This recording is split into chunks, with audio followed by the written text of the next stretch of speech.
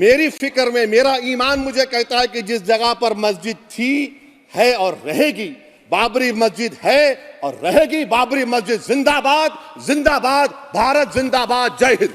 एक प्रश्न का जवाब ओवैसी साहब दे दें कि बाबर को वो आक्रमणकारी मानते हैं या नहीं मानते? पुष्पमित्रा संघा को आप क्या मानते हैं? बताओ, पुष्पमित्रा संघा को आप क्या मानते हैं? जम्मू के वो कश्मीर के वो राजा को क्या मानते हैं जिसके पास एक फौज थी मंदिरों को तोड़ने के लिए? आप क्या मानते हैं? यही तो मैं कह रहा हूं कि निशिकांत दुबे 47 में आजादी मिली, असदुद्दीन ओवैसी से बाबर की बात पूछ रहे हैं। तुम गांधी की बात पूछते, तुम बोस की बात पूछते, तुम जलियांवाला बाग की बात पूछते, तुम काला पानी में जो मुसलमान शहीद हो गए उनकी बात पूछते, मगर बाबर की बात पूछी जाती है। असदुद्दीन ओवैसी जी। मोहतरम चेयरमैन साहब, आपका बेहद शुक्रिया। मैं इस मोशन की मुखालिफत में खड़ा हुआ हूं। सर, मैं शुरुआत में हबीब जालिब का एक शेर पढ़ना चाहता हूं। आप उर्दू जानते हैं और लॉ मिनिस्टर भी उर्दू जानते हैं। हबीब जालिब ने कहा था कि हुक्मरान हो गए कमीने लोग, खाक में मिल गए नगीने लोग, हर मुहिब वतन जलील हुआ, रात का फासला तवील हुआ, आमिरों के गीत जो गाते रहे वही नामो दाद पाते रहे, रहजनों ने रेजनी की थी, रहजनों ने रेजनी की थी, रहबरों ने भी क्या कमी की थी। सर, मैं अभी सुन रहा था हमारे शिंदे ग्रुप के शिवसेना के पार्टी लीडर अपनी तकरीर कह रहे थे, कहा कि 6 दिसंबर में जब बाबरी मस्जिद को शहीद किया जा रहा था तो उस वक्त के वजीर आज़म नरसिम्हा राव पूजा कर रहे थे, आप ही ने कहा, और कहा कि वो डिस्टर्ब नहीं करना।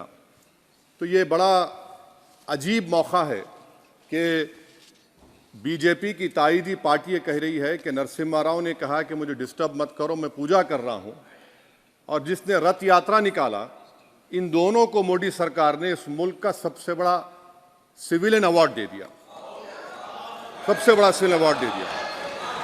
तो ये बताता है कि इंसाफ जिंदा है या जुल्म को बरकरार रखा जा रहा है। तीसरी बात यह है कि सर, इस ऐवान में सियासी पार्टियां आएंगी, चले जाएंगी, आप आए, मैं आया, हम भी चले जाएंगे, मैं जमीन की ग़िज़ा बन जाऊंगा, ये ऐवान तो बाकी रहेगा। मगर सर, मैं ताजुब कर रहा हूं कि लोकसभा मुख्तलिफ आवाजों में कैसे बोल सकता है? लोकसभा तो एक ही आवाज में बोलना चाहिए, और लोकसभा भी भारत के संविधान आइन के बेसिक स्ट्रक्चर का ताबे है। और सर, ये इसलिए कह रहा हूं कि 16 दिसंबर को ये ले कर देता हूं, 16 दिसंबर 1992 को इसी लोकसभा ने एक रेजोल्यूशन पास किया था। आप इजाजत दीजिए तो मैं पढ़ता हूं सर। दिस हाउस, अच्छा, ये गुलाम नबी उस वक्त के मिनिस्टर थे, आज नहीं है, उनका नाम नहीं लेना चाह रहा था।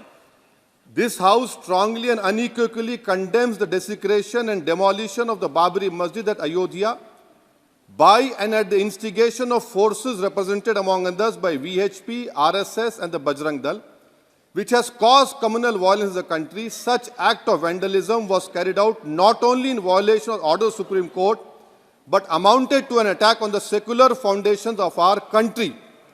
This House expresses anguish at the happenings and wishes to reiterate its resolve that it will ceaselessly endeavor to uphold the secular and democratic traditions of our country and for the maintenance of rule of law.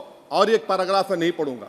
मैं ताजुब कर रहा हूं कि जब इस ऐवान ने एक रेजोल्यूशन पास किया तो हुकूमत आएगी जाएगी, और हुकूमत ये मोदी हुकूमत जश्न मना रही है जो 6 दिसंबर को हुआ। तो ये एक बात है सर। चौथी बात यह है कि सर, नहीं, 6 दिसंबर के ऊपर कोई जश्न नहीं है। राम मंदिर के निर्माण की जो प्रतिष्ठा हुई है उसको संबोधन कर रहा है, और वो सर्वोच्च न्यायालय के द्वारा तथ्यों के आधार पर दिए गए निर्णय के कारण से हुआ है। सर्वोच्च न्यायालय का निर्णय है, तो तथ्यों के आधार पर निर्णय है। वो विषय आपने बोल दिया, ठीक है, ओके, परंतु जो मंदिर का निर्माण है वो नियमानुसार सर्वोच्च न्यायालय के निर्णय से तथ्यों को देख करके। एक सेकंड आप इस्लाम के बहुत जानकार हैं, विद्वान हैं वैसे भी अब कानून के। यदि किसी अन्य धर्म के स्थान पर मस्जिद बनाई जाए तो शायद उसको मान्य नहीं किया जाता। अभी एएसआई ने, सुप्रीम कोर्ट ने स्वीकार किया है कि वहां पर राम मंदिर था। तो इस विषय केवल ये है कि वहां पर राम मंदिर ठीक बना कि नहीं बना, वो विषय हो गया। तो कृपया इस पर यदि आप कुछ बोले तो बोलें प्लीज। सर, मैं आपको गलत साबित कर दूंगा सर। और मैंने रुक तो जाइए। बड़ी इज्जत के साथ सर, मैं आपकी बड़ी इज्जत करता हूं सर। आपको मैं कोट कर रहा हूं सुप्रीम कोर्ट का जजमेंट, पैराग्राफ 1222 रोमन 17, उसमें लिखा गया है the destruction of the mosque took place in breach of the order status को and the assurance given to this court, the destruction of the mosque and obliteration of Islamic structure was an egregious violation of the rule of law. Egregious का मतलब जो छोटी मोटी अंग्रेजी में आती है वो क्रिमिनल एक्ट कहा। और सर आपने कहा था कि वहां पर मंदिर को तोड़कर बनाया गया। सर मैं आपके सामने ये तमाम चीजें लेकर दूंगा, सुप्रीम कोर्ट के जजमेंट के पैराग्राफ्स हैं जिसमें सुप्रीम कोर्ट ने एएसआई की रिपोर्ट को नकारा। उन्होंने कहा कि मंदिर को तोड़कर मस्जिद नहीं बनाई गई थी। सुप्रीम कोर्ट ने कहा अब, और मैं रख दूंगा, आप पढ़ लीजिए। अच्छा सर, मैं अपनी तकरीर पर आ जाता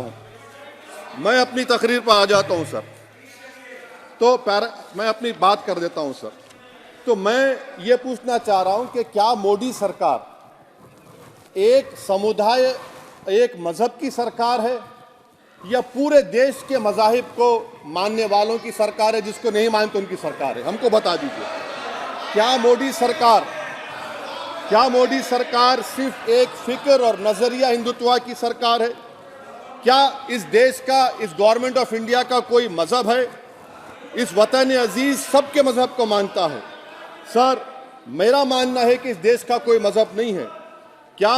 क्या ये सरकार 22 जनवरी का पैगाम देकर यह बताना चाहती है कि एक मजहब को दूसरे मजहब के मानने वालों पर गलबा और कामयाबी मिली? क्या आइन इसकी इजाजत देता है? क्या ये पैगाम आप जब ऐवान से दे रहे हैं तो 17 करोड़ मुसलमानों को आप क्या पैगाम दे रहे हैं, ये मैं आप पर छोड़ता हूं। सर 49 में धोखा हुआ, 86 में धोखा हुआ, 92 में धोखा हुआ, 2019 और 22 में भी इस ऐवान के जरिए हमको धोखा दिया जा रहा है। और अफसोस के साथ कहना पड़ता है सर कि मुस्लिम अक़लियत को हमेशा ये कहा गया कि तुमको भारत के शहरी बरकरार रहने के लिए एक बहुत बड़ी कीमत तुमको चुकानी पड़ेगी, और हम पर इल्ज़ाम लगा दिया गया। सर क्या मैं बाबर का स्पोक्स पर्सन हूं? क्या मैं जिना का स्पोक्स पर्सन हूं? क्या मैं औरंगजेब का स्पोक्स पर्सन हूं? बताइए सर, आखिर मैं कहां तक आप मुझे लेकर जाएंगे? दूसरी बात यह है सर, दूसरी बात यह है कि फिर 6 दिसंबर के बाद देश में फसाद हुआ, नौजवानों को टाडा में डाला गया जो बूढ़े होकर निकले। यकीनन आपकी सरकार नहीं थी, आपकी सरकार नहीं थी। अच्छा, बल्कि मैं तो मर्यादा पुरुषोत्तम राम की इज्जत करता हूं, मगर मैं नाथूराम गोडसे से नफरत करता हूं। मेरी नस्लें नफरत करती रहेंगी क्योंकि नाथूराम गोडसे ने उस शख्स को गोली मारी जिसके जबान से आखिरी लफ्ज निकले हे राम। सर छठी बात यह है कि 87 में मलियाना हाशिमपुरा हुआ, 83 में नेल्ली हुआ, 44 में जम्मू में नस्ल कशी हुई, 2022 में हल्दीवानी में कत्ल हुआ। इतने धोखे सबसे बड़े किसको दिए गए? असदुद्दीन ओवैसी को दिए गए। मगर फिर भी मुझसे ही कहा जाता है कि वफादारी को तुम साबित करो अपनी ओवैसी। सर आज भारत के 17 करोड़ मुसलमान अपने आप को अजनबी और एलिनेट महसूस कर रहे हैं। मैं बहुत बड़ी नाइंसाफी होती है सर, ये कोई तारीखी नाइंसाफी को इंसाफ नहीं किया जा रहा है। स्पीकर बल्कि अंग्रेजी में स्पीकर सर केवल एक प्रश्न का जवाब ओवैसी साहब दे दें कि बाबर को वो आक्रमणकारी मानते हैं या नहीं मानते? पुष्पमित्रा संगा को आप क्या मानते हैं? बताओ। पुष्पमित्रा संघा को आप क्या मानते हैं? जम्मू के वो कश्मीर के वो राजा को क्या मानते हैं जिसके पास एक फौज थी मंदिरों को तोड़ने के लिए? आप क्या मानते हैं? यही तो मैं कह रहा हूं कि निशिकांत दुबे 47 में आजादी मिली असदुद्दीन ओवैसी से बाबर की बात पूछ रहे हैं। तुम गांधी की बात पूछते, तुम बोस की बात पूछते, तुम जलियांवाला बाग की बात पूछते, तुम काला पानी में जो मुसलमान शहीद हो गए उनकी बात पूछते, मगर बाबर की बात पूछी जाती है। तो सर मैं आपको बता रहा था, खामखा डिस्टर्ब किए सर, मुझे मेरा वक्त ले लिए निशिकांत दुबे। सर मैं आपसे कह रहा था, मोदी हुकूमत ये पैगाम दे रही है भारत के मुसलमानों को कि जान बचाना है या इंसाफ चाहते हो। मैं कह रहा हूं मैं भीख नहीं मांगूंगा, मैं इस नंगी तासुब को कबूल नहीं करूंगा, मैं दूसरे दर्जे के शहरी के मौक़िफ़ को कबूल नहीं करूंगा, मैं अपनी शनाख्त को नहीं मिटने दूंगा। अब मैं झूठी और दिल फरेब बातों पर हरगिज भरोसा नहीं करूंगा। मैं वो काम नहीं करूंगा जो बीजेपी और नाम निहाद सेकुलर पार्टियां चाहती हैं। मैं वो काम करूंगा जो आपको पसंद नहीं है, संविधान के दायरे में रहकर। सर कंक्लूजन में मैं आपको बताना चाहता हूं कि आज इस देश को किसकी जरूरत है? इस देश को अयोध्या में, तारीख शायद नहीं पढ़ते होंगे, मौलाना अमीर अली कौन थे?